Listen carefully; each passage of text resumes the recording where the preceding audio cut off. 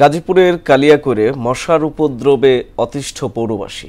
দিনের বেলাও অফিস কিংবা বাসাবাড়িতে মশার কয়েল জ্বালিয়ে রাখতে হয়, আর সন্ধ্যা হলে মশার উপদ্রব বৃদ্ধি পায় কয়েক গুণ। কিন্তু মশা নিধনে পৌর কর্তৃপক্ষের তেমন কোনো উদ্যোগ দৃশ্যমান নয়। তবে ব্যবস্থা নেওয়া হবে জানালেন পৌর প্রশাসক। আলহাজ হোসেনের প্রতিবেদন, জানাচ্ছেন আফরিন পপি। কালিয়াকৈর পৌরসভা এখন যেন মশার স্বর্গরাজ্য হয়ে দাঁড়িয়েছে। দিনরাত মশার উপদ্রবে অতিষ্ঠ পৌরবাসী। পৌরসভার অধিকাংশ স্থানের খোলা ড্রেনে ময়লা আবর্জনা ফেলায় সেখান থেকে জন্ম নিচ্ছে ডেঙ্গু, ম্যালেরিয়া সহ বিভিন্ন জীবাণুবাহী মশা।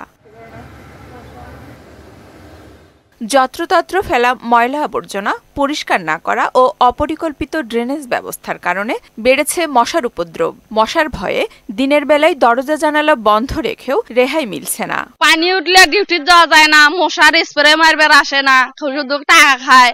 এই মশার কারণে আমাদের নানা রকম সমস্যা হচ্ছে। বাচ্চা কাচ্চা থাকলে তাদের অসুখ বিসুখ সবসময় লাগাই থাকে। প্রচুর পরিমাণে মশা কামড়ায়। সন্ধ্যার আগে থেকে বড় বড় মশা কামড়াইলে জ্বর হয়ে যায়, অনেকে অসুস্থ হয়। কোনো স্প্রে করা হয় নাই, যার কারণে মশার উপদ্রবটা বেড়ে গেছে। স্প্রে করা খুব দরকার। পৌরসভার ট্যাক্স তো ঠিক মতনই নেয়, ওই মশার ওষুধ তো দেয় না, ড্রেনও পরিষ্কার করে না, আমরা ঘুম হইতে পারে না। সমস্যা সমাধানে দ্রুতই ব্যবস্থা নেওয়ার কথা বললেন পৌর প্রশাসক। নিয়ম অনুযায়ী পৌরসভার ভিতরে প্রত্যেকটা ওয়ার্ডেই মশার ওষুধ ছিটানোর কথা, স্প্রে যেটা আর কি সেটা দেওয়ার কথা, এবং আমি যতটুকু জানি সেভাবেই দিচ্ছে।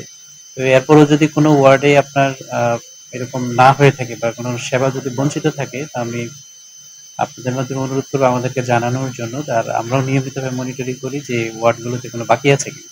আর নিয়ম অনুযায়ী কোনো ওয়ার্ডকে আলাদাভাবে বাকি রেখে কোনো ধরনের করার সুযোগ নেই। প্রত্যেক ওয়ার্ডেই আপনার মশার লিপিসাইড ছিটানোর সুযোগ আছে এবং ছিটাতে হবে।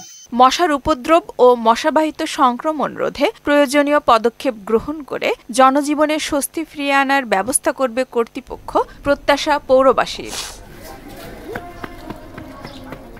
আফরিন পপি, মোহনা সংবাদ।